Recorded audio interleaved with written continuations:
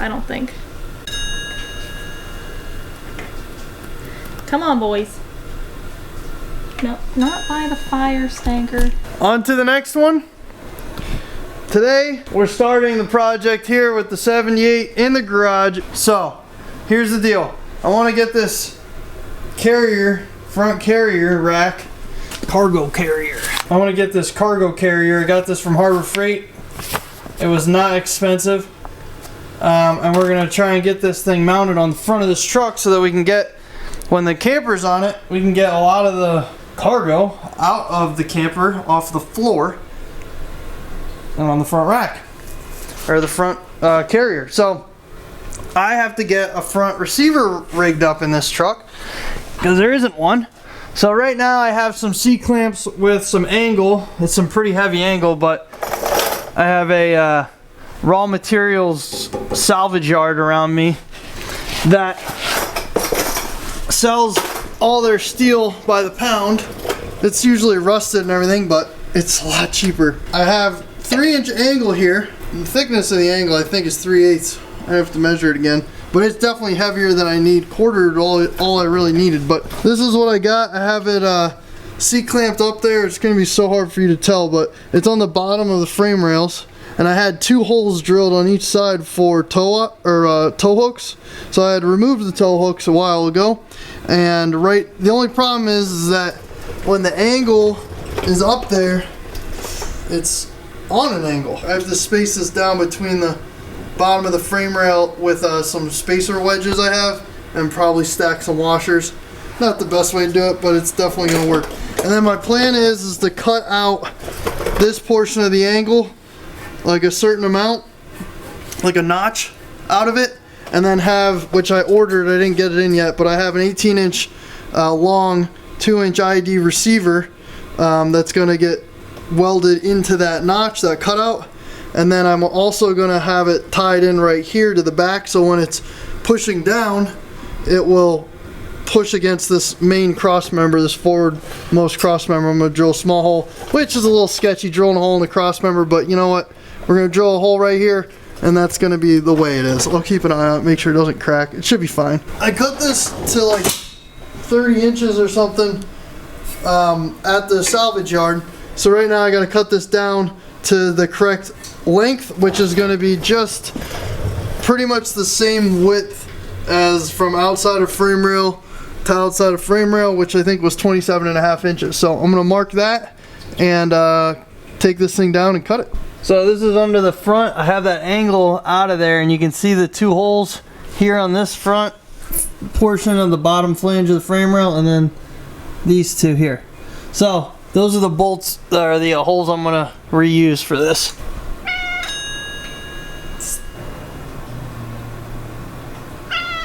Here's the plan.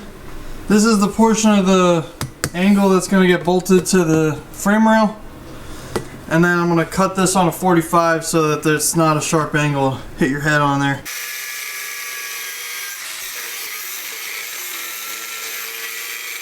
So here is what I got here. I just cut this with the angle grinder, and then I used a cutoff wheel, and then I use a grinding stone or a grinding disc to make it break the edges. Let's see how close I am to 27.5. Oh, it's a little short. 27 3/8.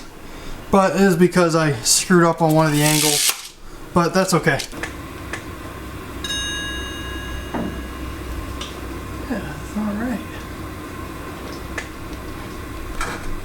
I have marked the holes. They're going to be really close to the edge here, just for how I have this, but that's where they're going to be. That side's a lot better than the other side. This side's a little rough, but it'll work. It's like, I should measure, I think it's 3/8 thick. It'll be fine. Anyway, I center punched it. So those are ready to go, and I'm going to use a drill press. I'm going to drill, these are 1/2-inch bolts, so I'm going to drill a 9/16 hole to 1/16 over, so just for allowing clearance, and it'll probably still be a little bit of a tight fit. Got all 4 holes drilled, 9/16, like I said, and I chamfered the outsides a little bit just so there's no sharp edges. And I just fit it up. All the bolts fit through. That angle, when it's bolted up to the bumper like this, it sits out like this. So so the angle is this way. I have to tilt it down, so I have to space the top down. So I got to put spacers in between those front bolts. Hello, we are back at it. Happy Easter. Even though when you're watching this, it'll probably be fall or something because I'm backed up with videos, but that's okay. What are you doing, Tank? Are you sleeping? Sleeping. He spent his first night outside in the wild. He didn't come back. He didn't get dinner, nothing.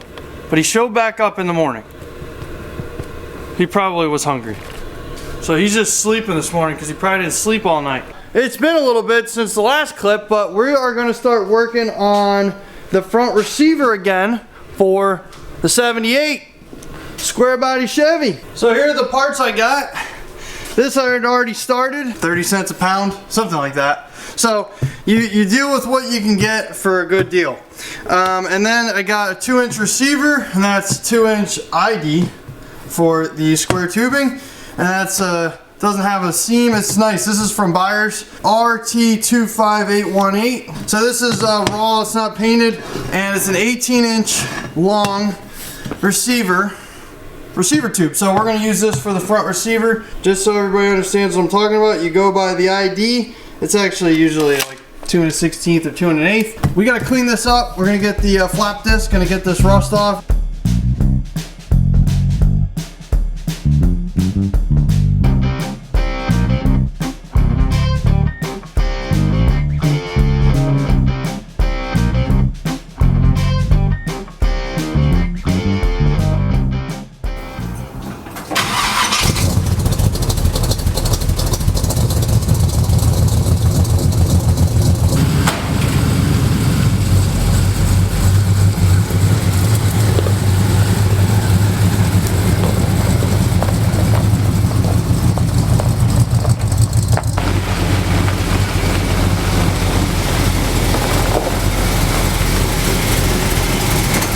Here's what we got so far. I went overboard cleaning the rust off of this, but it's down to bare metal now, so we'll prime that, paint it, and then I just scuffed this with, I think it was like 180 grit, just by hand. And I also rounded these edges off with the flap disc. We have the bracket in. I had to ream the holes on the frame, and I have 2 washers in this front and then 1 washer there. It's snug right now, and it's not straight with the truck, but we'll make the receiver straight. We just marked here. It's kind of hard to explain this, but we're gonna have a cutout here for the receiver, and it's gonna land and sit right here, and hopefully then the receiver is straight.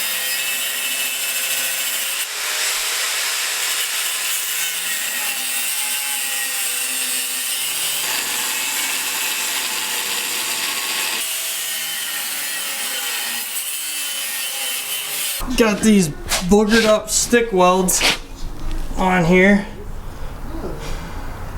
but you use what you got. So that's all welded up, and both sides, and we're gonna paint it up. Here's the painted bracket that is welded crooked, but that's okay. So let this dry as long as I can. It's pretty much dry at this point. Primed and painted it, and now we gotta fit it up, put it in, see if the welds hold. What do you want to do? You want to step on it? I don't know. I was thinking about jumping on it, like evenly distribute, kind of like maybe like this. Both of you? I was thinking about it. Greg, I want to test this thing. I want it to fail in the driveway versus. Oh boy, this is. Oh, you alright? Yeah. All right, put your feet, span it this way. How much is this thing flexing, Jen? Before we bounce. How much is this flexing? It's not that bad. Not Okay, really. we'll get in sync here. Hold on. What's flexing? It's got to be the Harbor Freight one. The Harbor Freight thing, more Okay. so than, I mean, your weld is fine. Yeah, how's that looking? Looks fine. No issues on the weld. It's For you guys, it was 3 seconds. For me, it was like 3 weeks. Haven't been doing any projects lately. Not any projects for the camper. Springtime's here. What do you think, Stank? So spring is here, and that means other projects come along. We got birds a-calling.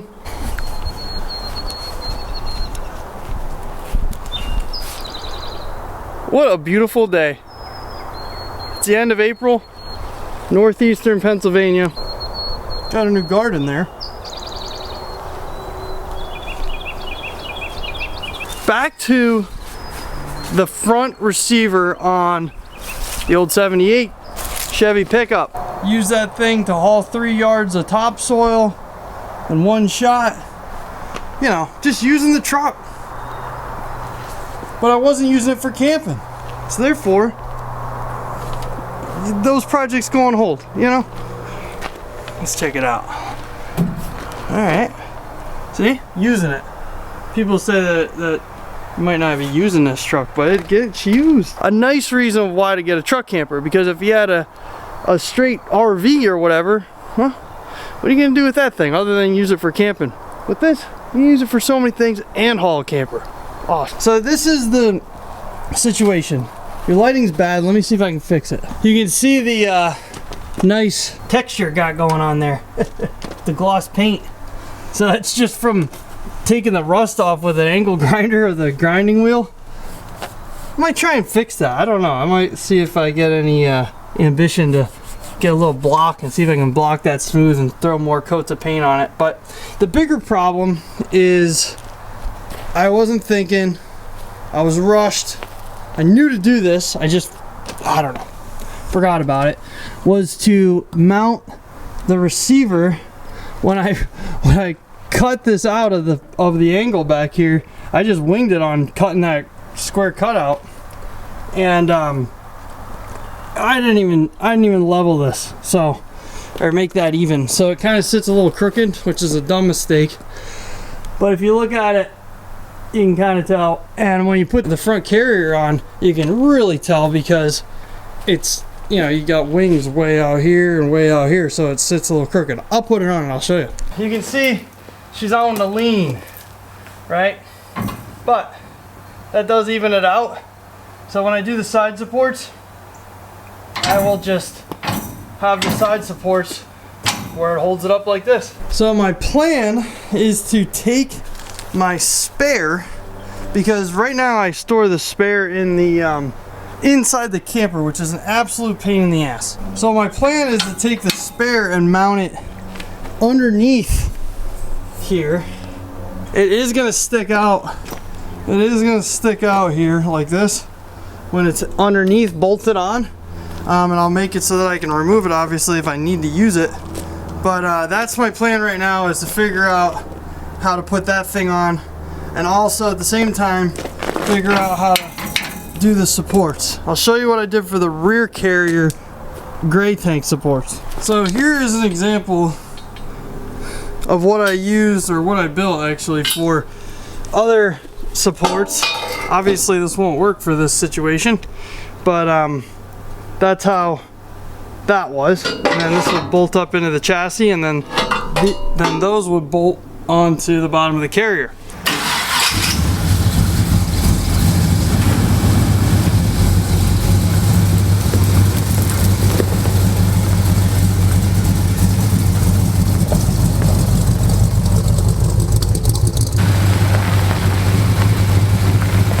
It is the next day, and we got somewhere. I didn't film it, but now I'm filming it. So here is the get up. The front rack's on there, as you can see, and it is decently straight, better than it was.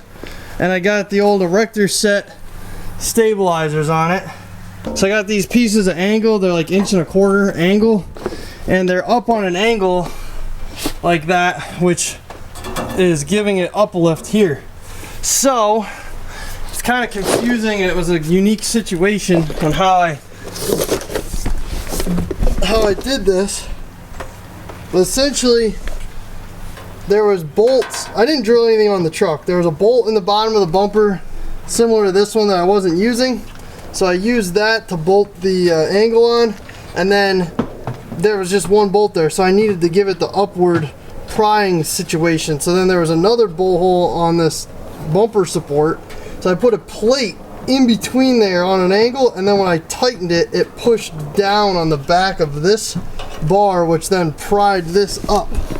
So when I tighten it down, it pries this up, and then it gives this what it needs. And then here I just drilled through the tubing on the carrier, drilled through, well, there was holes in there already. And then this is just a U-bolt. I just reamed this out and then just ran this U-bolt because I had them. Tighten them up with Nylox nuts.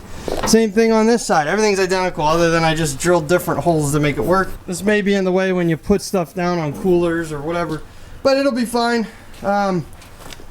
The only thing is it goes up and down, and that's, you can't get away from that. That's the receiver slot. So I'm going to do the same thing like I did on the other one and jam a wedge in between there to get rid of some of this slop, because this will bounce going down the road, but it's way better than, there's no side to side. So we're good there. Now I got to disassemble everything, cut these down so they look right, even though they look like an erector set. It's kind of third grade stuff here, but oh well. It'll be on there, and I'm gonna get everything painted. Then to the next part of the project, which is figuring out how to mount the spare tire with another plate. Letting paint dry.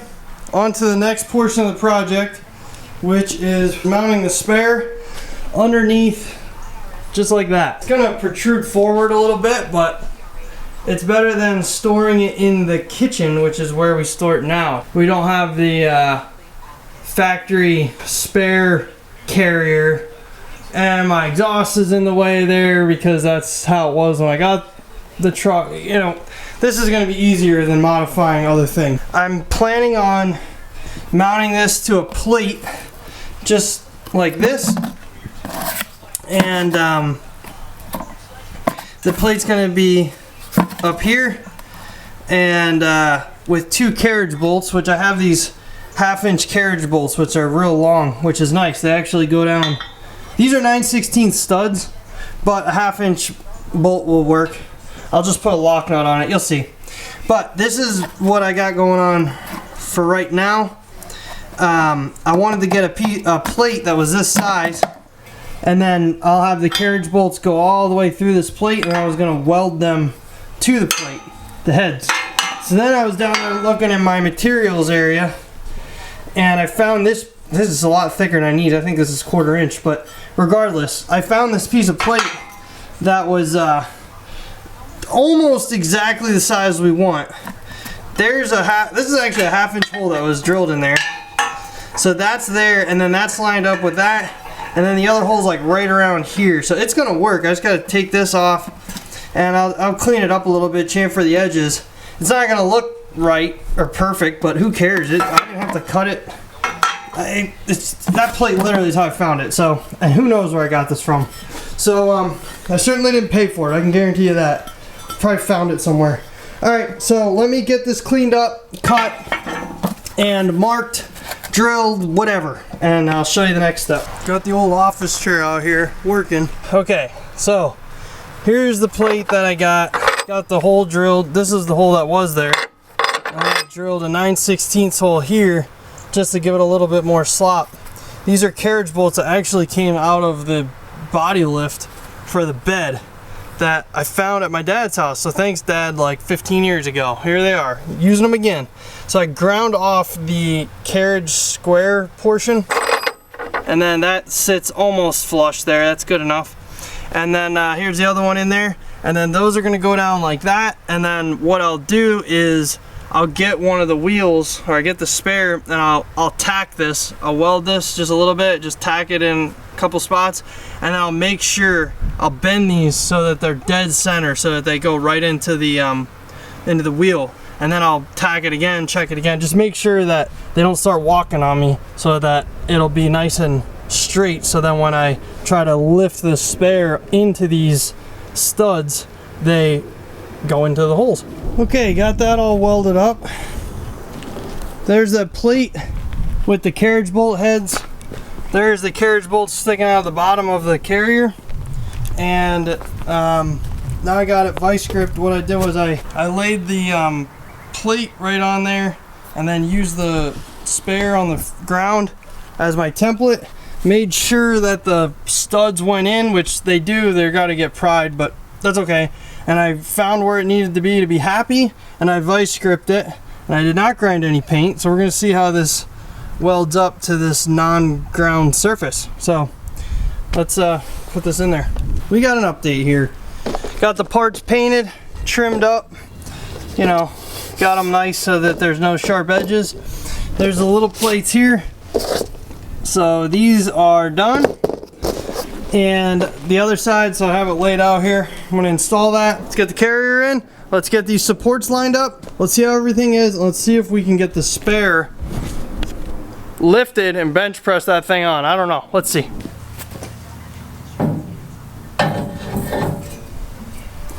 All right.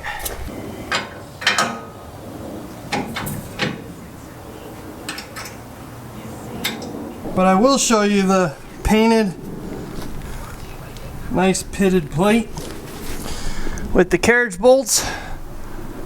There you go. That's what I got. Let's see if it works. Got this on there with the supports. So I got a U-bolt, another bolt to hold that on. And then, like I showed before, got this 3-bracket system that pries this up. And then I use the U-bolt because then there's a gap between the U-bolt and the angle, or in the carrier. So then I use the U-bolts on each side as like an adjustment. Now it is bowing in the back. It allows you to equal it out. So let's see if the spare will go on there.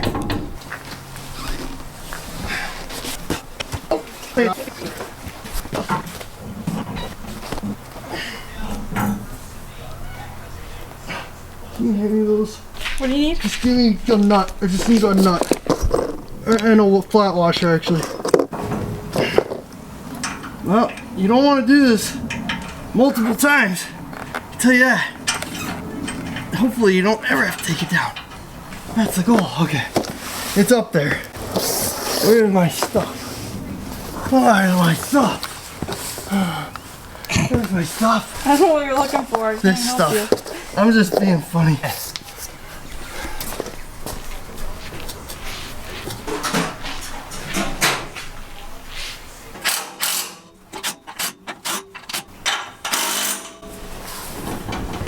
There you go. It looks so dumb, but whatever. It looks dumb.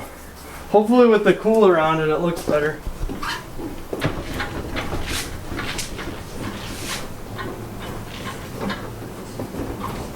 How does it look? I don't know. I mean, it's holding you. Seems pretty sturdy.